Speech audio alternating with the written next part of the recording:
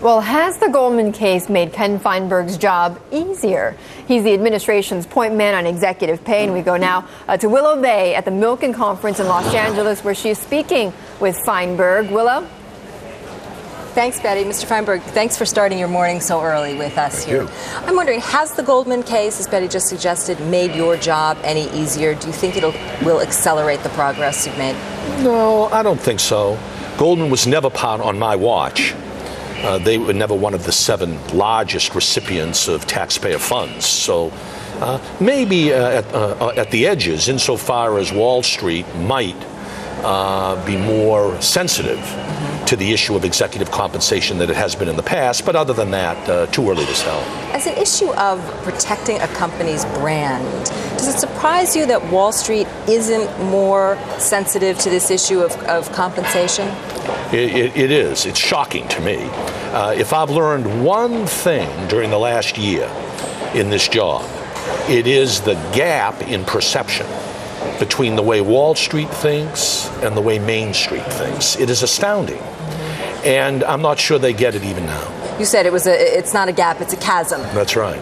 It's remarkable that chasm is not lessening. I don't think it is. Maybe a little bit. We are seeing, for example, Goldman's CEO, Mr. Blankfein, he decided this year, much to the pleasure of people, not to take cash bonus, to take stock which can't be sold for 5 years, so that the long-term interest in Goldman will prevail. I mean, there's some small indication. And is that kind of compensation practice something that you'd like to see extend down through the ranks of the organization? Very much. I think that these Wall Street companies, and I've said this publicly, should stop taking guaranteed cash that's automatically due them, and instead take stock in the company so that their own is tied to the long-term future of the company they represent. This morning we learned that the government plans to sell its shares, some 1.5 billion shares in Citibank. Last week we learned something similar about divesting their stake in AIG. What can you tell us about this? Well, it's not on my watch, but I think that the government is very, very aware of its obligation to sell these shares at the appropriate time for the appropriate price. They've been waiting for the right time. That really falls under the Office of Financial Stability. They've been very, very careful to make sure it's the right thing to do, and I'm sure it is. Let me talk to you about AIG, one of the companies that is on your watch, and you've been very aggressive in your efforts to rein in compensation there. And you've been getting a fair amount of pushback with one of the criticisms on their part that it's really impacting their competitive ability. What's your response to that? I don't think that's right. I'm very dubious about that argument. I've heard that argument from every company. If you don't pay our people top dollar, they will leave. Statistically, I can tell you, we've looked, they don't leave. 85% of the very people who are subject to my jurisdiction have stayed. And I don't buy that argument. I might say also that the CEO of AIG, Robert Ben-Moshe, has gone a long way, very effectively, I think, in trying to rein in those pay practices. All right, so what has he done that's been most effective? Most effectively, he has recognized that cash-based salaries should be relatively modest, that stock should form the bulk of salary payable over a lengthy period of time, that there is an obligation that AIG has to pay back the taxpayer.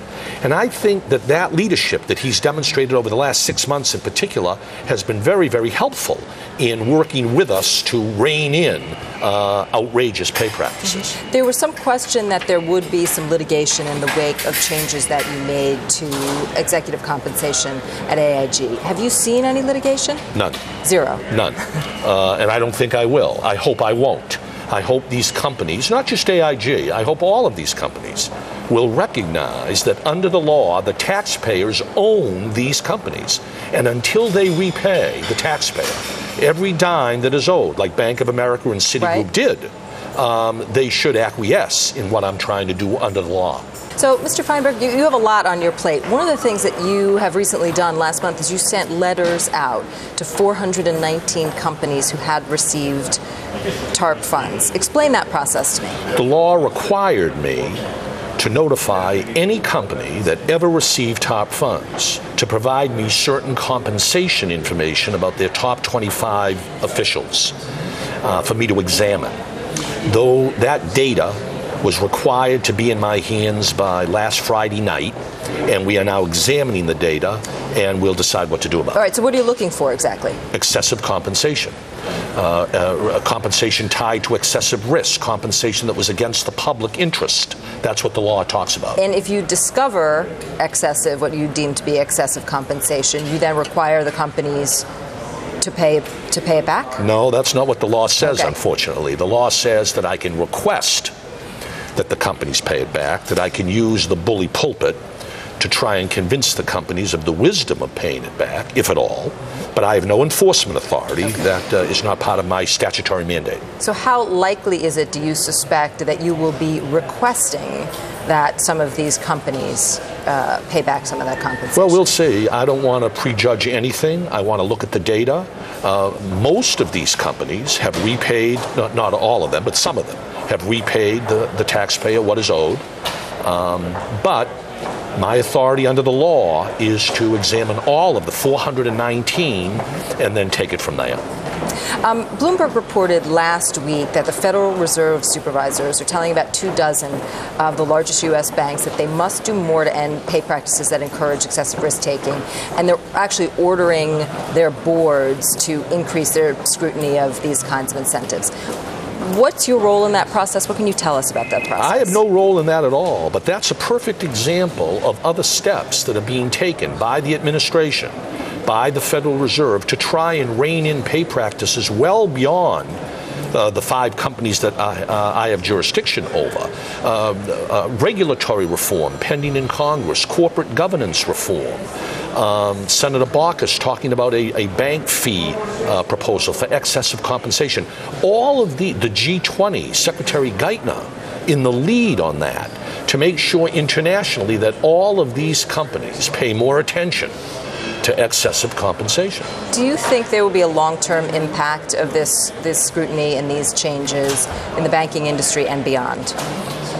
Well, that's the $64 question. I'd like to think there will be. Certainly, the administration's regulatory reform proposal that's up on the Hill, that will have long-term impact. That's for sure.